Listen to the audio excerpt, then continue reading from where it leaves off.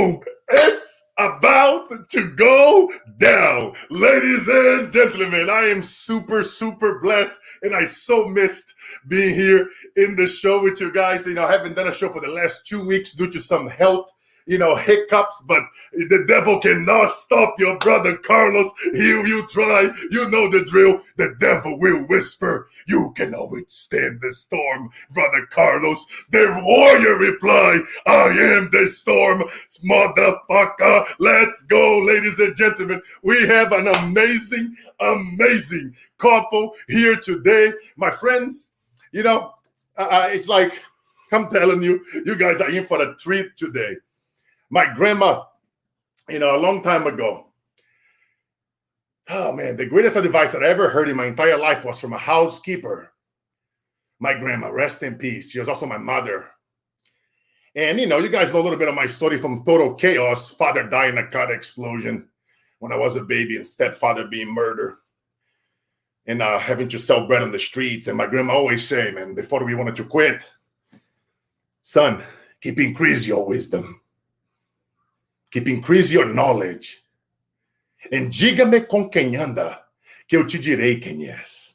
And tell me who you hang with, and I'll tell you who you are. And ladies and gentlemen, I got a privilege, an honor to interview an amazing couple today.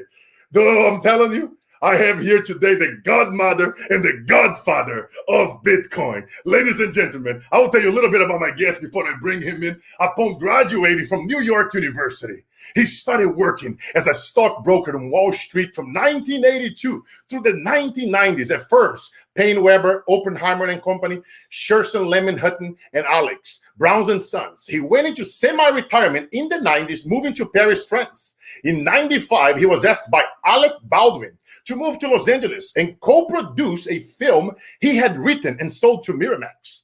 While in LA, he and Michael Burns decided the Hollywood Stock Exchange, where Max invented the virtual specialist technology, pet number 5950176, and later he sold to Cantor Fitzgerald. He again went into the semi-retirement in France, where he met his future wife, the amazing godmother of crypto, Stacy Herbert, and they started collaborating on a film and TV projects for various international outlets such as BBC, Al Jazeera English, Press TV, RT, and France 24.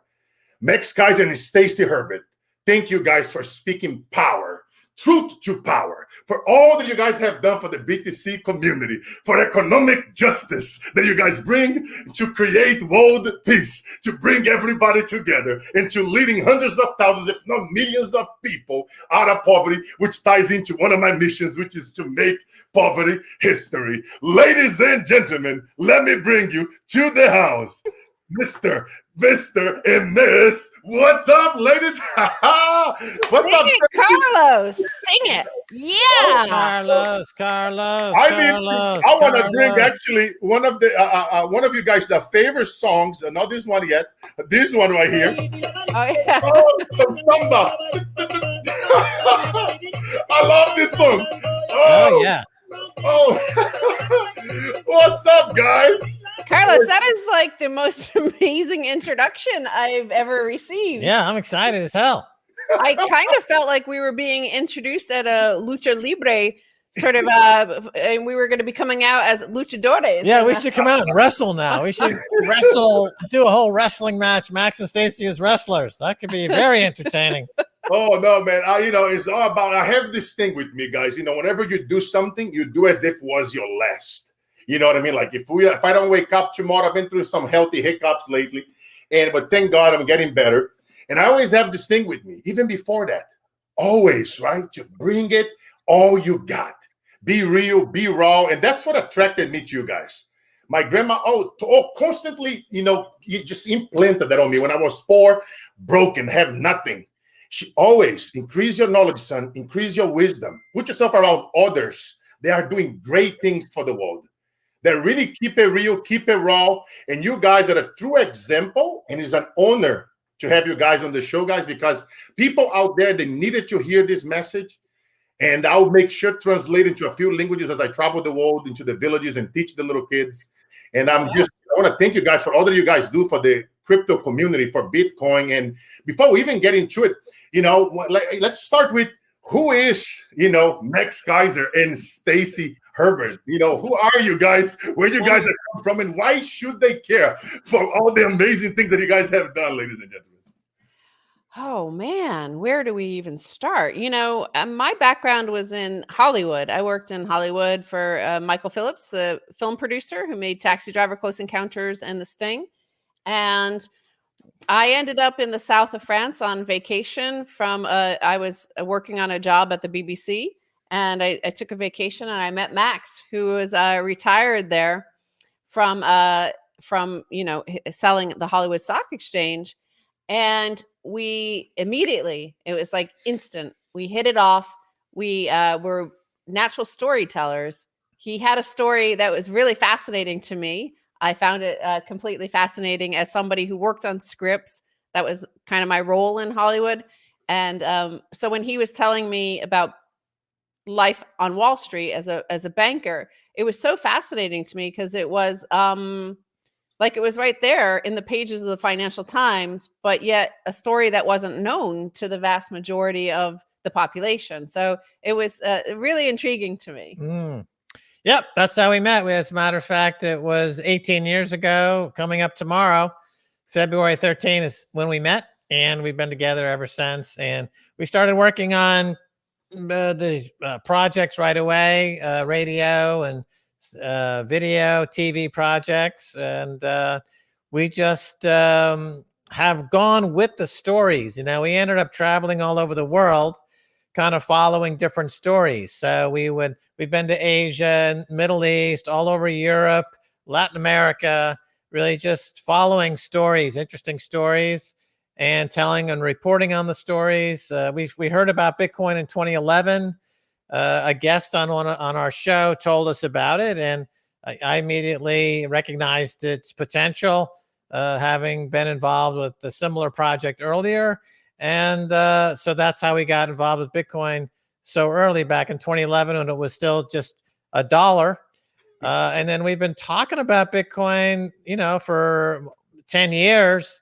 Up until the last 6 months, though, it's always been considered on the fringe of the fringe story, I would say. But then when last year we had Paul Tudor Jones, who's a famous hedge fund manager, got involved, and then Michael Saylor, who is got really heavy into it at his company in MicroStrategy, and now Elon Musk over at Tesla. They're on the front page of the Financial Times this weekend. So now it's become mainstream. So we're entering into a different period. But for 10 years, particularly the first 5 or 6, 7 years, it was it was very, very off the grid. But it was obvious. We saw the potential very early. We were very big in following gold for years, and when Bitcoin came around, we saw it as really the successor to gold, the new thing that would replace gold. And that story is now, I think, pretty well established. And so we're still going. I mean, now starting now for the next 10 years, is going to be it's going to be easy for people, to get involved with Bitcoin and to participate in this next big move that we're now going to be experiencing, starting in 2021. We're off and running on a huge move. Yes, man, it's amazing. It's incredible. And congratulations again, guys, on your anniversary. I even have found a photo of here that I think you guys will like. You guys in the beach. I love the water. So it's an awesome photo of the two of you. And a big shout as well, man. You guys have an amazing podcast. Stacey, I bet you like this one here. The Orange Peel podcast. I recommend everybody here to also check it out, guys. Their podcast, the Orange Peel podcast, everywhere on YouTube. And I will go into more and talk about that. And, it's phenomenal because, Bitcoin, I don't know if a lot of people sometimes they're skeptical, right? And I can imagine the amount of skepticism you guys encounter 2011 when it's early infancy. And if people can just realize that the Bitcoin is one of the best, sort of value ever. It's like we go through certain changes in history. I love history. And I always tell people, stop listening to like wannabe gurus and influencers. Study philosophers. So I look up to you guys as philosophers. And you know what I mean? And I tell people to study philosophers because they really go deep and they break it down and they understand things differently. And the way how Bitcoin is going, like it only happens every 1,000 years. It's historical. And like I tell people all the time, you got to get in the game now because it's going to get to a time that you won't be able to buy Bitcoin. It's like, that's one thing, right? What do they say is that Bitcoin is the first thing ever that has this sort of value that in history that its supply won't affect its demand. It's 21 million and that's it. It's like with people that once they get to understand that, in this game over, what kind of can you imagine you guys talking to people about this at the beginning of your career?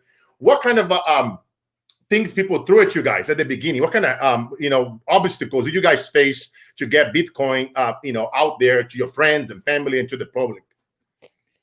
Yeah, well, the first, there's a couple of questions that come up, often. I would say, like one question, of course, is what backs Bitcoin? That's a question you hear often. The second question you hear all the time is, what if the government bans Bitcoin? So those are two of the most often heard questions about Bitcoin. And the thing about it is that Bitcoin is very technologically interesting, but you have to look at it in terms of where money was or is. We've had gold for 5,000 years, and we've had paper money for about 3,000 years. Now, what happened in the 1970s and getting particularly strong in the 1980s was really the invention, the technological revolution that happened, the information age. Remember, we went from the industrial age to the information age, and Microsoft and Apple went public, became public companies, and we entered a period where software ate the world, right? Everything is software. Every company is essentially a software company. We're talking right now, thanks to software, car companies are software companies. They're saying that General Motors is having trouble producing cars because they don't have the microchips to fit into the car because it's all software basically. And there is no industry really or aspect of our lives that is not impacted by software, technology, etc., except for one holdout. There was only one thing left that software hadn't fundamentally changed. And that was money. Money was still the same as it had been for hundreds of years, the same central bank system. So what happened in 2009 was that software revolution finally caught up to money. And now money has become software. And Bitcoin is software as money. And but people say, well, what backs it? And the answer is, well, what backs the global economy? What backs the global economy? What backs the shipping industry? What backs the logistics industry? What backs FedEx and DHL? What is the world made of? The world is made of software. It's backed by the same stuff that backs the entire global economy in the 21st century, software. So this is particularly unique software in that it fulfills something that had been attempted for 20 years before. There were many failed attempts at trying to create a Bitcoin for 20 years. And then finally, after many failed attempts in 2009, success. There was a successful implementation of digital gold, and it was released on the internet, and it was very slow to begin with. And at the same time that Bitcoin has gotten stronger and recognized, the old world of fiat paper money is coming under increasingly scrutinized and looked at, and the faith in the paper money is falling away. And usually when that happens, people go to gold, but Bitcoin is superior to gold. And now we know from the industry facts and figures that people are selling gold to buy Bitcoin. So the market is telling us something. The market's telling us that people prefer Bitcoin over gold.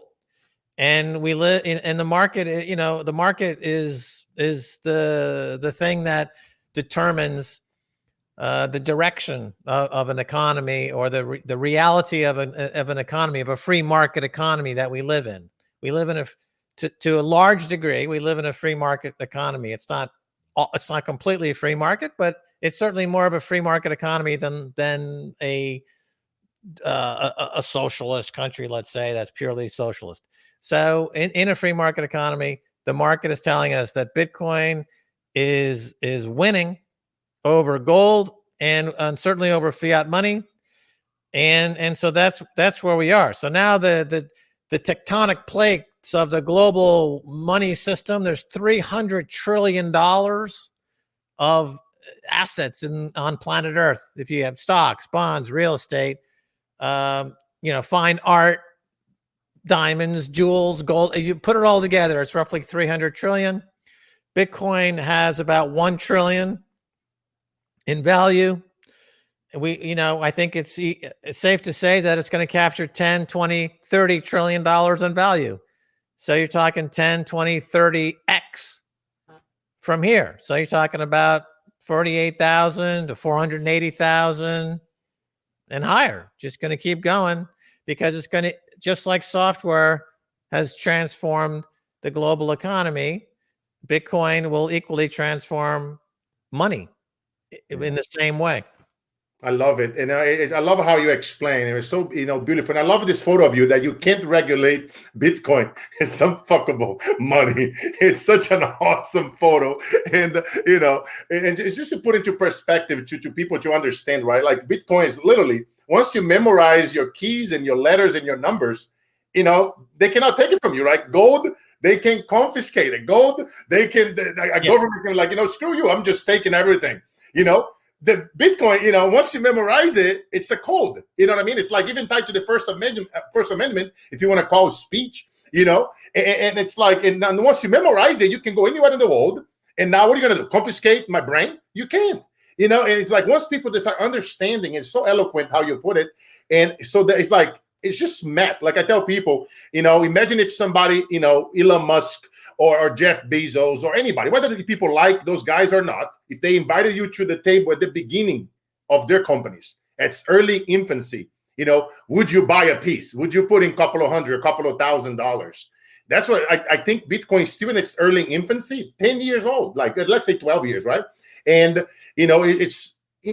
I cannot see anything else that's comparable to Bitcoin. And what do you think we are going? I saw that you guys have a photo that you guys think it was on Twitter. And it has this value here, 1,311,000, and with you in the States. I love this photo in the car. What do you think is your prediction, Max? Bitcoin is going by the end of the 2021. Well, first of all, Bitcoin is getting harder and harder in terms of money. It's already scarce, 21 million coins. And whereas everything else in quote unquote crypto is getting softer. Mm-hmm. So it has a lot of risk associated with it. And also Bitcoin has a voracious appetite for energy, and it's going to consume almost all the energy available around the world will be dedicated to Bitcoin. So that means energy will not be available for paper money.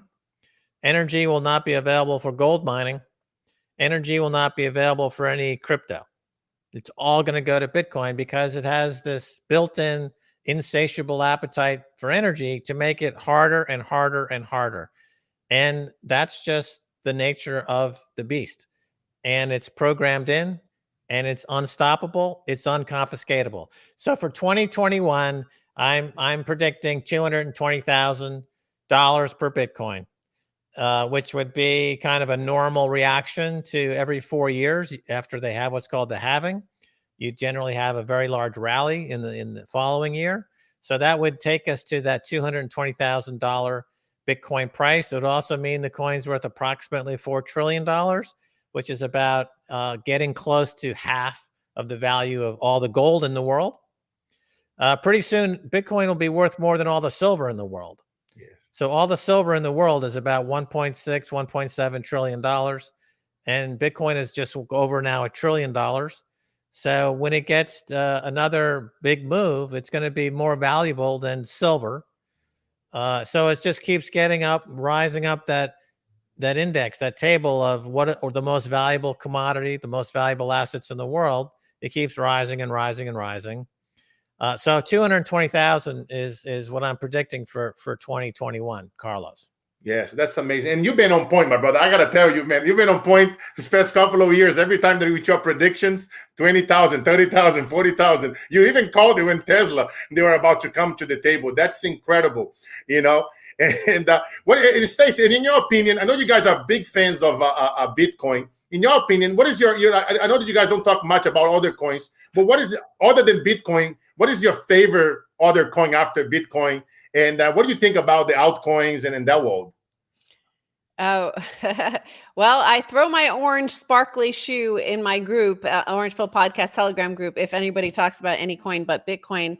I think for me, the most interesting thing about Bitcoin at this moment is the people, the community. Yeah. And I think it's as important as, you know, the ancient Greek philosophers. So I was glad you mentioned that. You know, if you have Socrates, Plato, and Aristotle hanging out, you had a collective of individuals who changed the world in the Renaissance, like Da Vinci, Michelangelo, Botticelli, Medici. Then you had a collective of people in the Enlightenment period that changed the course of history through their ideas. And because they shared those ideas, just as the Renaissance painters and artists had shared their ideas, and the Greek philosophers had shared their ideas and been a community. And I think Bitcoin is that sort of historical moment. We are the people that will be remembered in 1,000 years, 2,500 years, like the philosophers of ancient Greece. And I also think it's, you know, the quite fascinating thing is there is a continuity of greatness amongst humans, right? Think of the Greek philosophers, think of the Renaissance, think of the Enlightenment. What they all have in common is relentless optimism, that individual humans, we together are much greater than the elite, that we have the power. And when I studied at UCLA and you worked in Hollywood, the book everybody read, the small pamphlet, is Aristotle's Poetics. Aristotle, thousands of years ago, figured out the three main criteria of great story. The greatest stories, according to him, were like tragedies. And he set the standard that still applies today. You're still given that book. You have to buy that book when you're at UCLA.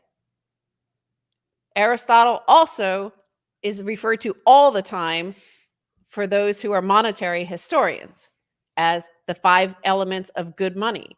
So it's weird that over 2,000 years ago, this guy, his ideas still hold to this day.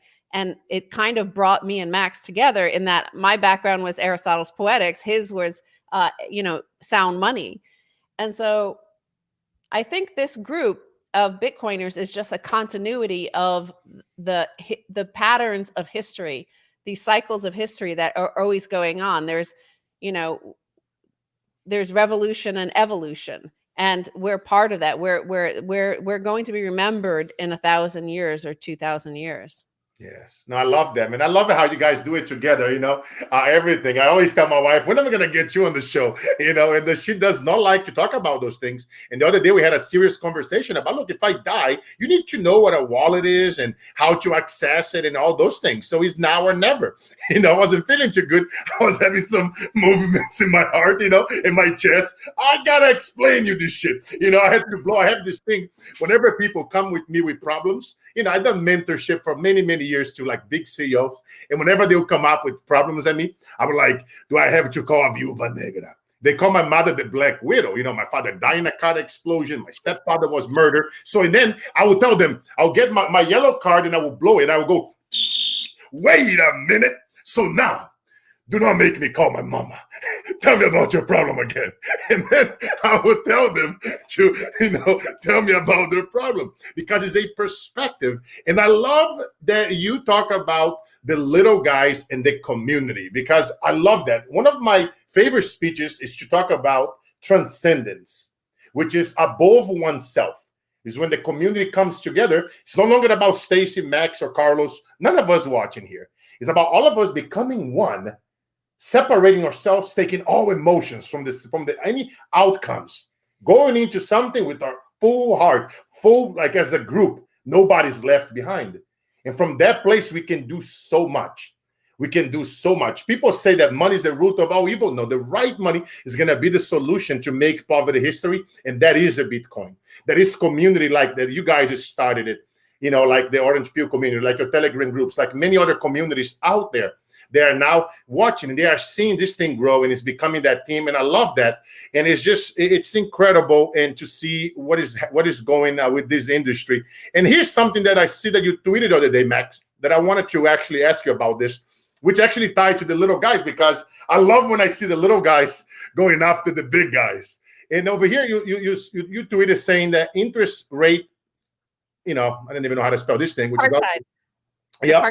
Rates have come down for 30 years, except for credit cards. Borrowing to buy stocks margin, pay 2%. Borrowing to buy food on credit card, pay 18%. Losing money on stocks, get bailed out. And default on credit card, become homeless. See, this really spoke to me because, I come from poverty, man. I grew up in the hood, and I used to sell bread, and a lot of my friends, they die. And, I was thinking about this, and it's just total bullshit, man. The system is just total flawed. You did an incredible video that you spoke on the stage talking about everything is a fraud, and the financial terrorists, what you call them. Oh, yeah. And I love that video. Maybe I even play over here for everybody to see what I'm talking about. But, Yeah. what is your take on the system? Do you think that they're going to embrace it? Do you still have hope for the system? You think I'm praying that governments just come together and say, okay, let's put all our reserves into Bitcoin and end the chaos. Let's just making sure no more kids die out of hunger, that we have, better schools and better, hospitals, and that everybody's medical needs are in place. What is your take on that, Max? Do you think we have hope? Do you think we'd ever come together? The problem with fiat money is that it's backed by violence, and it's backed by hate. And Bitcoin is backed by peace. And let me dig into that a little bit. Let's just talk about the business of war, for example. It's a very profitable business if you're pushing war, if you sell the weapons, and if you are getting huge government subsidies, you can make a lot of money in the war business. And the problem with fiat money is that once you start a war, you never end it if you can just print more money. So back in 1971, America was spent too much money on the Vietnam War.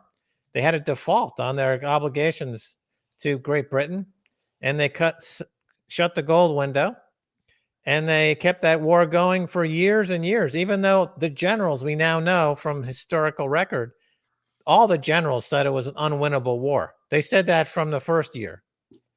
And yet they killed 58,000 Americans, knowing that there was an unwinnable war because it was easy to fund, because you just print the money, especially since you closed that gold window. So now let's look at Bitcoin for a second. The thing about Bitcoin is you can't print it, and it's unconfiscatable, as you say. Once you have your seed phrase memorized, you cannot steal, you cannot confiscate my Bitcoin. It's unconfiscatable. The only way you can get my Bitcoin is if you offer me something to trade for it. And you've got to do that with some humility. You've got to do that asking me nicely, would I like to buy this piece of art in exchange for Bitcoin? I may or may not do that deal, but you can't coerce me into my Bitcoin, and you can't confiscate it in any way. So what happens is war gets demonetized. The incentive for war diminishes because it's less profitable, right? And peace and love are monetized. The love that we feel, which is usually not given any value in the economy whatsoever. The economy generally runs on instant gratification, violence, and drug addiction in one form or another. Addiction is pretty much drives the economy. It could be drug addiction, food addiction. Pornography addiction is pretty rampant now because it's so easy to access, especially by minors. So they have that's a kind of a new addiction that's plaguing society in a lot of ways. So this is all enabled by incentivizing the worst possible behavior that we have as humans. And our best behavior, it has been snuffed out, you could say. The institutions that we've had in the past, like higher education, used to promote a liberal education, an education, but now the cost of education is beyond the reach of most people. They have to go deep into debt, right? So education is beyond the reach. Health, well, it's too expensive now. Most people are not healthy because they can't afford it anymore, because there's no incentive to promote good health. There's no incentive to promote educated people. There's no incentive to promote people affording housing. So this is where we are as a society. And it's all because paper money is easy to print. And so if you're somebody who doesn't mind ripping other people off, or you don't mind killing people, sending them to war, you can print all the money you want all day long, and there's no accountability. There's nothing to stop you. There's no laws against it. So Bitcoin is the complete opposite. It's finite. It's unconfiscatable. It's immutable. So now what we see in our community, for example, there's a huge population of artists who are creating for and about the Bitcoin community in exchange for Bitcoin. Because these are people that want to get more Bitcoin, and so they're doing something that they can do, which has a low barrier to entry, and that is pick up a paintbrush and paint. Right? That's typically arts are driven because it's cheap to do art. I don't need to build a factory and build microchips. I can just pick up a pencil. Yeah. And so now within that group of artists, we have an emergence of an aesthetic. That aesthetic respects the Bitcoin protocol, the Bitcoin philosophy. So like the Renaissance, Stacy has always been talking about Renaissance 2.0. It revolved around a certain aesthetic that was in Florence and around the bank in Florence. And so there were certain earmarks, you could say, or certain conventions or certain aesthetic ideals that permeated that period. You can tell a work of art from that period because it was adhering to certain idyllic qualities that were considered to be of the finest aesthetic vision. So now with Bitcoin, because it is such a strong protocol and it has a built-in philosophy, and there is a built-in aesthetic to it, the engineering itself is gorgeous. It's like the Sistine Chapel of software. When you dive into the software, you literally are amazed by the beauty of it, like a beautiful sunset or watching the moon and the stars. The technology itself is aesthetically gorgeous. If you have any soul at all, you will be moved by its beauty. And so that brings with it a different mindset. Now, what's great about that mindset is that it scales. It can scale to 1 billion. It can scale to 5 billion. It can scale to the entire population of planet Earth because the software can scale. and it's unconfiscatable, and nobody can fuck with this money. It's unfuckable money. So now we're going to find out. This is the first time in human history. We're going to find out whether or not humans deserve to be here. We've been here now, humans, for roughly 200,000 years. And right now, it's not really clear whether we deserve to be here or not, because look at what we've done to our home planet. It's a pigsty. It's a shithole. Let's be honest. And if I were the creator and I look down on this, I would be like, I'll give you one last chance. If you don't get this Bitcoin thing, which I've sent to you as a gift, then you're done. You're out of here. You're gone. So we're really flirting with extinction by not embracing Bitcoin. But I think that we will. I think so many people are now understanding it, that the transformation is beginning. The epiphany is happening. And, we're just, humble servants in the service of Bitcoin.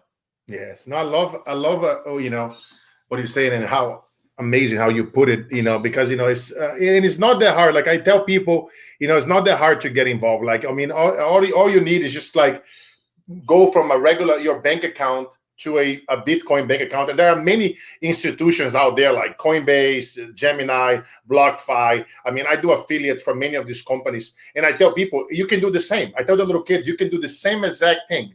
You can go out there and you can sign up, get your affiliate link, and go share.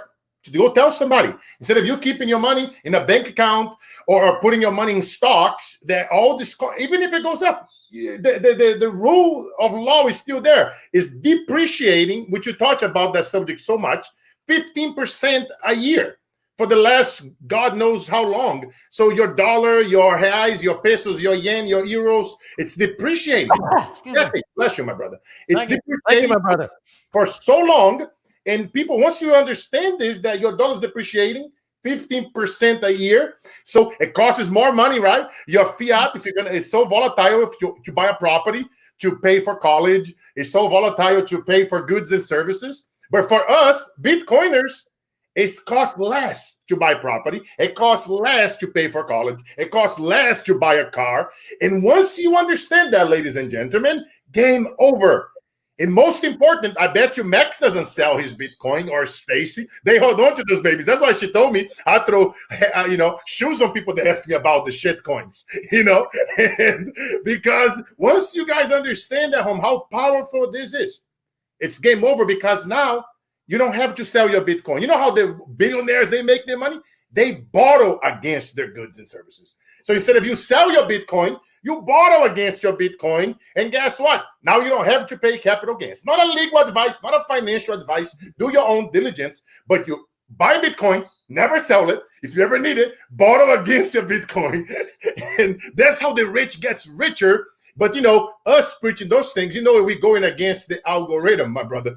It's like they don't want us teaching people those things. They don't want to telling people that, hey, leave your Bank of America and your Wells Fargo and blah, blah, blah, your local union. And instead of you go there, go put your money here on a crypto bank. That's all you need. And go earn the 5, 6, 7% interest on those banks. That's a good point to make, is that, most ordinary people work for dollars or pesos or real or some currency, a fiat currency, which is a depreciating, it melts. It's a melting ice cube in your bank account. The wealthy accumulate assets. So Bitcoin is a money that's an asset, and it increases in value. As you pointed out, the more demand there is for it, the supply cannot increase. So yes, it becomes collateral. It's the ultimate collateral, Bitcoin. So if you're working and converting, whether or not your job pays you in Bitcoin, if it pays you in fiat, if you convert it immediately to Bitcoin, then that's your road to wealth, because you're now starting to accumulate assets. And that is the number one thing. That's, everybody talks about the wealth and income gap, and they focus mostly on the cable news on the income gap, which isn't all that huge compared to the wealth gap. And the wealth gap is enormous because the wealthy have all the assets against which they're always borrowing and accumulating more. Max talks about that all the time on Keiser Report, that they're always borrowing against their assets at 0% and then buying more of the assets. And so they're accumulating wealth. But if you have, if the ordinary person, if you're buying, even $10 a week worth of Bitcoin and accumulating that an asset over years, you end up with a lot of collateral. Yes, it's so true. And I love that you say that you use the word $10 because, guys, watch what I'm about to do here right now. Anybody can do what I'm doing here, right? You can start interviewing people, and they don't have to be famous people. You can start interviewing everyday people. People love real and rawness. 30 years ago, I was a little kid that sold bread on the streets of Brazil. They have a dream to make poverty history with no money, nobody. And I said one day, I made a promise to my friends on the streets, and we say, whoever leaves the hood, we are going to make an impact. We are going to make a difference. We are going to come back. We are going to study more than anybody else on the way to success. We are going to outdo every single person. That is no such thing as second places. We are going to make a difference. And I always told myself I was going to leave the hood and I will go to places like LA and New York and London and Sydney, Australia, and Toronto, Canada, and I will mentor, presidents and athletes and celebrities. And I will speak life into them when nobody else spoke it, to let them know that it's not about the money. It's not about the power. Is about, it's like, what are you doing at the end of the day? You know what I mean? Guys, we don't going to take nothing with us, guys. If you guys think about it at home, you don't take money. You don't want money. You don't want a Bitcoin. What you want is the things that those things provide. And sometimes we forget about those things. But when you have a dream, when you have a powerful mission, you just go after and you start doing it. And you start telling yourself when nobody's there to watch it, when you wanted to quit, when you wanted to give up. And eventually you start being a reporter like of Bitcoin. Understand the trends is your friend, and you interview great people like you guys, and you work your way up. I never dreamed, imagine interviewing you guys. And then I had, my boy Scotty that plays for Pink Floyd was here a couple of weeks ago. My boy that plays for the movie, Karate Kid. And I spoke at the Oscars and I roll up on a bicycle with the sombrero. Come on. 30 years ago, people were like, you're stupid, kid. You're never going to do that. Like, okay, keep telling me it's going to go through here and come through here. And eventually, how hard it is to do those things. And then you can put a little words going down over here on the screen. I can put over here, get $10 for free in Bitcoin just by setting up your Coinbase crypto banking account. Go to this website, Carlos Coinbase. You get $10. I get $10. How hard is to do this? I'm only using one simple example here. I could have done a bunch of other affiliates if I wanted here. I could, but it's about adding value to those companies. Think about it. All these companies are trending. Coinbase, Gemini, BlockFi, so many companies out there, right? Companies that are doing businesses with Bitcoin. Calling people like Stacy and Max. Hey, what can I do to be of a value to you guys? Like, I want to get your guys' message out there. I have a small following, not as big as you guys, but it's a decent following. Probably 50, 70,000 people across all social media. But that's how you start. There wasn't there. It was only me. Remember when I spoke on hotels before, it was me. First time it was two people, my mom and the guy that cleans the hotel. But you don't quit. You believe in yourself. And speaking of that, of not quitting, Stacy, I want to ask you that question. And I want to go to Max with another question here. If somebody, Stacy, that you mentor came to you and say, what was the mindset that made Stacy so successful in being able to move from the before Bitcoin into this Bitcoin era that we went in? What have made you so successful? What is that mindset that made you who you are? If you're going to be mentoring somebody younger than you that came to you asking you that question, because I love what you are doing, and so many more women and little girls out there in many parts of the world, they're not allowed to learn about money and economics and all those things. And I pray that more and more little girls, they get into this game. What would you say to that little girl listening to us right now? Wow, God, there's like a load of answers. Always being curious and open to other people, because they lead you to all sorts of stories, right? In terms of us and our content, as you're describing there, our content creation led us to Bitcoin directly. And that was because first we started making some content for Al Jazeera. That was fun, and it was a unique financial documentaries. But then we made a TV series for the BBC, and they were really like, they wanted us to have orthodox, economists like Joseph Stiglitz and people. And I just like, for me personally, it just bored the tears out of me, right? I was like, oh my God, like the guy's on the BBC all the time. He's on CNBC. He's on Bloomberg. He's on all the time. Like, what else do we need to hear? So we were always naturally interested in booking guests who were like ran freaky blogs and had freaky ideas and presenting them to the world because like they had an interesting spin. They were like wearing sombreros and shouting at the camera like a luchadore, and you know that's the sort of guest like that intrigued us. So we were interested in them, and that led us to the ultimate freaks at that time, which were the Bitcoiners, who were the hackers, the geeks, the coders, and it led us to this insane world that they were building. And you know, back in those early days, before everybody in the world knew about it, and it's now on the news all the time and on the front page of the FT and stuff like that. But back then, it was just like this weird secret underground freak club that you just like, oh my God, you should see these people over there. So I think it was just like that natural loving hearing these stories, like your story, just like talking about this, like, I don't know, your dad was blown up and your stepfather was killed and all these things. So you're like, wow, like people have these stories from all over the world that are just like amazing, and they survive and they get through it and they get to the next step, and you know, they build communities around the world and we're all together. And I think just like being open and curious about hearing other people's stories, and I guess not as much telling your own, just like wanting to hear people's stories, led us directly to Bitcoin. Yes. No, I love that, man. I always say, man, God gave us 2 ears and 1 mouth, you know, and it's so true. And somebody right now watching us, it may be difficult for you, but let me tell you something, my friend.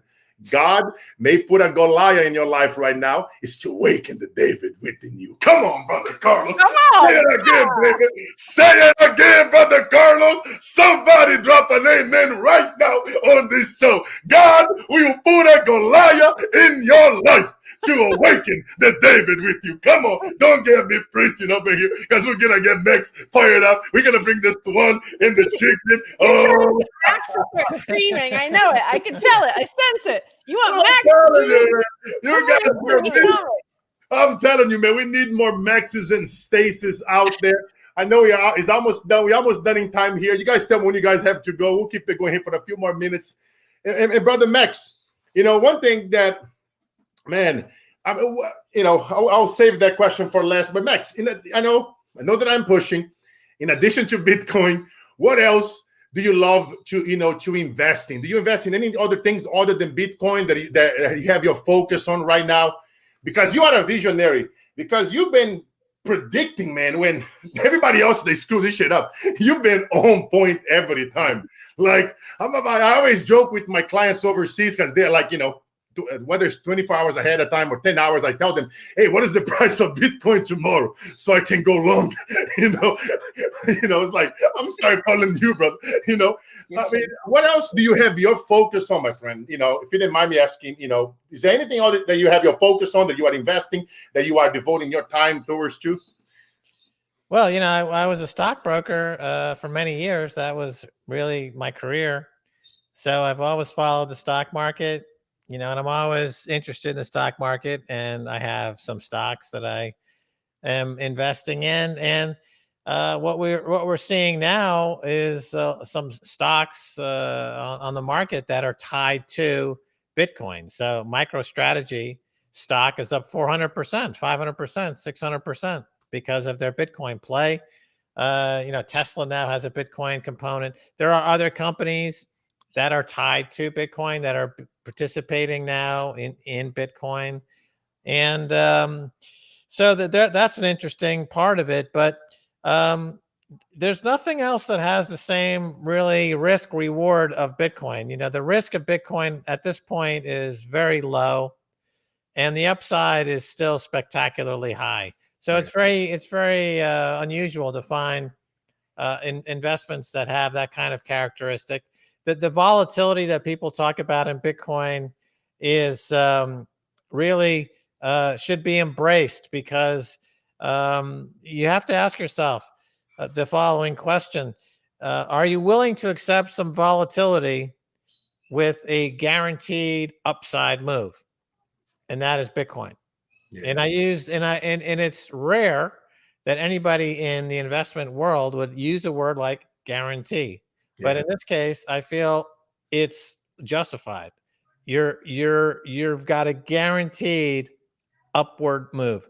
Okay. The other choice is fiat money, where it's not volatile and you're guaranteed to lose purchasing power.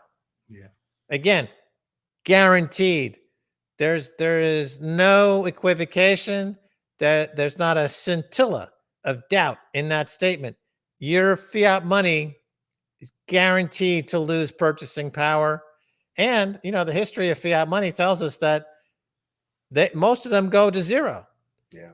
Or lose 99% of their purchasing power. So what would you, are you willing to accept a little volatility for a guaranteed winner? Right? I mean, it's like, Michael Jordan was a spectacular athlete, but would you tell Michael Jordan, don't run so fast, don't jump so high, don't take so many shots. We want you to score less. We want you to be calmer. Don't be so, don't score so many points, Michael, because the people in the audience are nervous to see somebody running and scoring. It's getting them upset. So can you calm down? No, you would never do that. So when you see Bitcoin and it's moving up against all major currencies, it's moving up against silver, it's going to be more valuable than gold. Who cares if it's a little volatility here and there? Zoom out. You take a zoom out and all you see is this upward slope that is uninterrupted. Yes. Right. So if you're worried about the volatility, then you don't understand Bitcoin. Number one. Number two, you're destined to be in a horrible situation by hoarding paper money. Even somebody like Warren Buffett, for example, is considered to be a smart investor. Compared to Bitcoin, he's a shit investor. For real. Right? I mean, look, compared to every other investor out there, they're all doing horribly against Bitcoin. Now they're scrambling, like Ray Dalio. He's the biggest hedge fund manager in the world. He's still thinking about Bitcoin. He was down last year 18%. And that's just normal day-to-day activities, just being a knucklehead. And that's for real, right? For real. He spends all of his time writing these big books.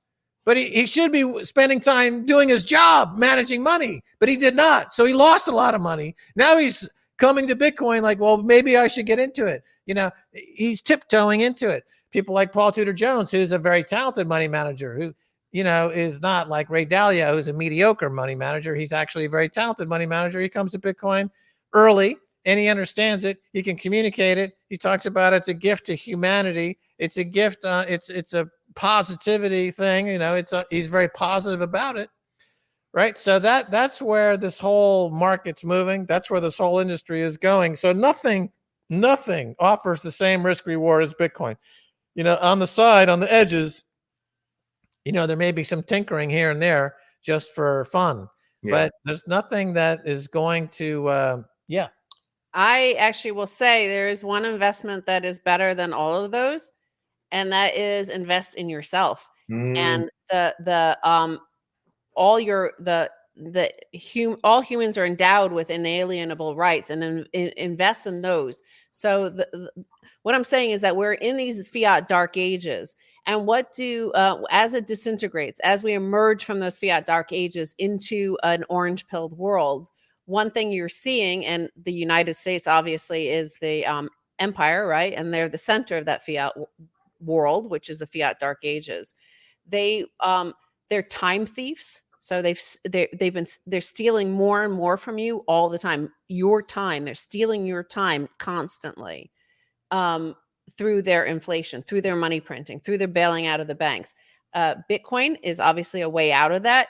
Even if it's $5, like just one Satoshi even gets you orange pilled. It gets you in the room, like with the 20,000 people in our Orange Pill podcast Telegram group. It puts you in there. And that provides you with the freedom of assembly, the freedom of expression, to be one with all of this community. We have 20,000 people in there. We have people from Mexico, from Argentina, from Peru, from Cuba, loads of people from Cuba in there who our governments try to tell us we're enemies with these people. They're allowed now to use the internet, so they're joining our Telegram group. We have people from Australia, Japan, Korea, all across Europe. So all of these people, we're all together. That provides an anti-fragility because, only my president here and our, Department of Justice can try to crush me, but they can't crush all of us. Like we're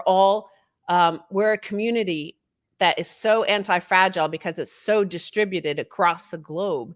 And I think that's really important because that's something that everybody can invest in, right? Like it doesn't matter how much money you have, but if they can't take your thoughts, your freedom, your belief in your freedom and your value, then basically they can go stuff it because they have nothing. They could take their dirty piles of fiat and leave us alone. Yes, it's so true. It's so true. And Stacy, for the Orange Peel, the best place for them to go, in your opinion, is YouTube, Orange Peel Podcast, or a specific website? Two locations. They could go to youtube.com/Orange Pill, or they could go to Telegram, t.me/Orange Pill. So it's super easy to find. Super easy. And I love it how you guys made that community for free and accessible to the whole world.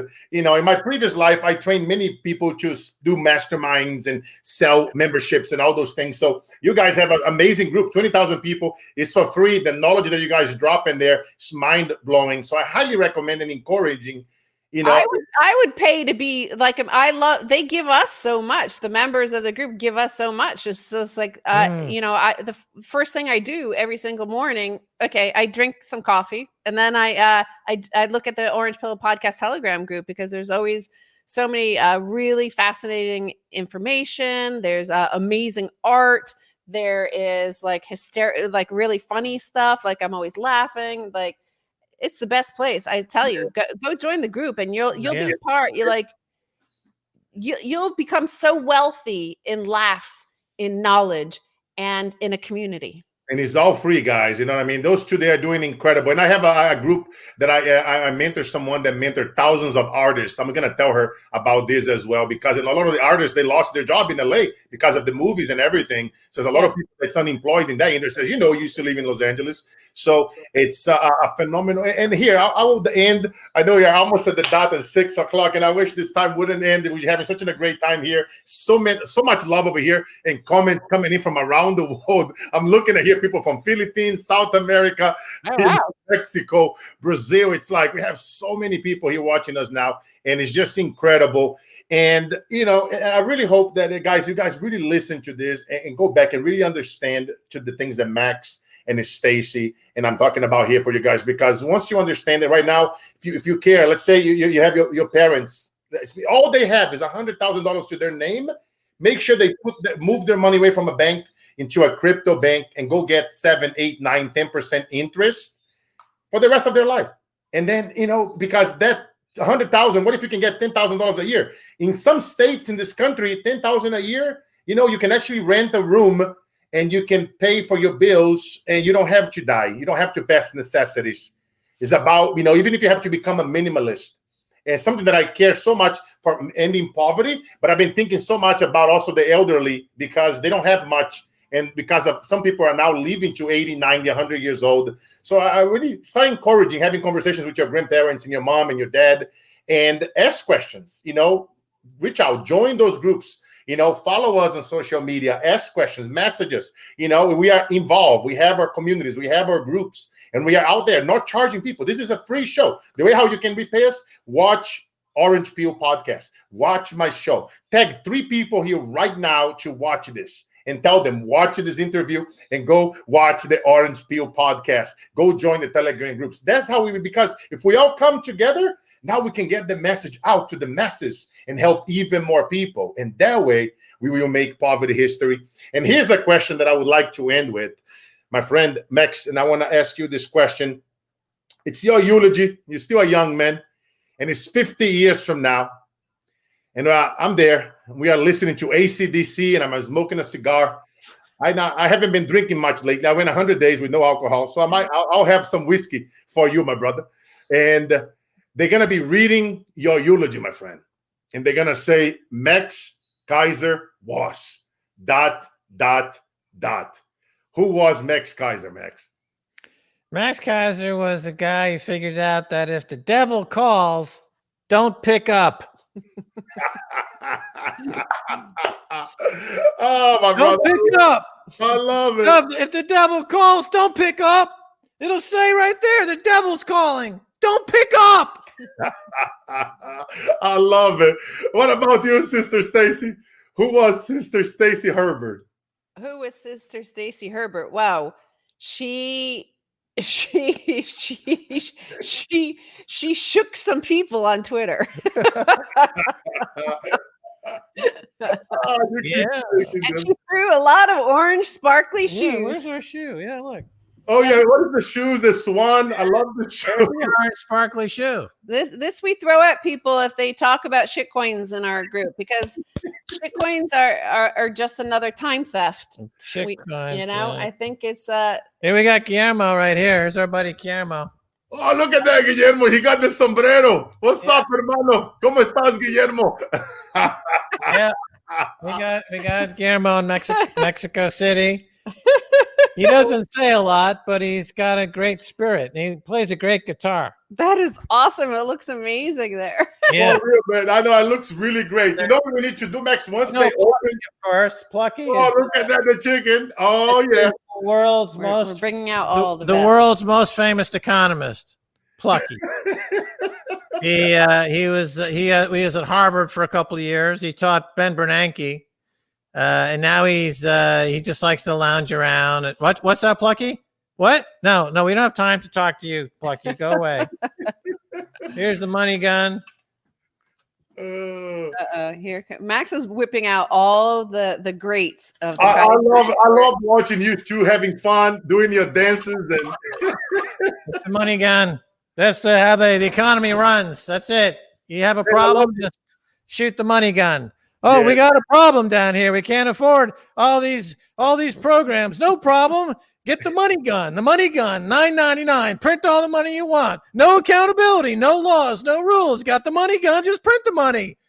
oh, my friends, wow, man, such an honor to have you guys here, Max and Stacy. I'm looking forward, doing this again with you guys, on your prediction, 221,000, in a couple of months, for us to do this again. And hopefully soon they would open the gates of hell and allow people to come together. You know what? One of my dreams, Max, is to bring all the apostles / Avengers together, people like us, in a stadium.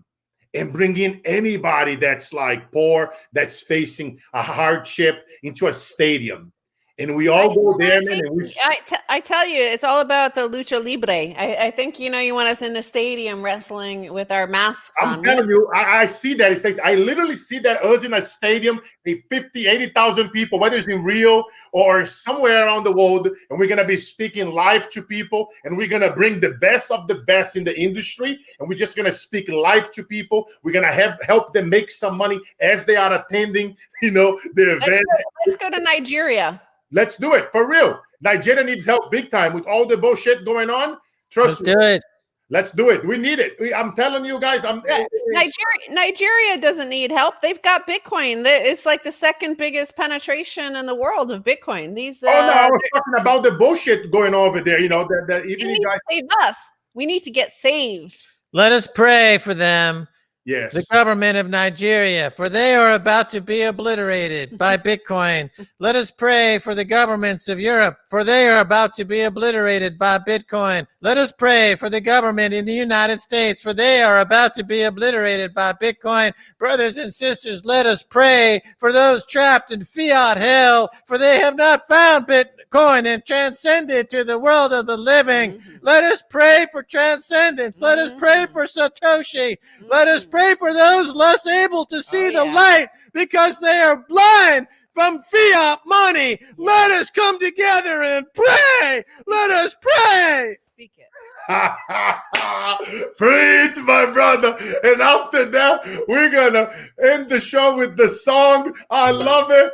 We are preaching at the Carlos Siqueira show with the legendaries, the Godmother and the Godfather, Max Keiser and Stacy Herbert. You check it out. Check them on the Orange Field podcast. And if this was my last day, ladies and gentlemen, you know the drill. Life is about the mission, never the commission.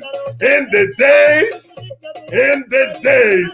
that break you are the days that make you. Boom, boom, boom. Thank you so much, guys. Have a blessed day, everyone.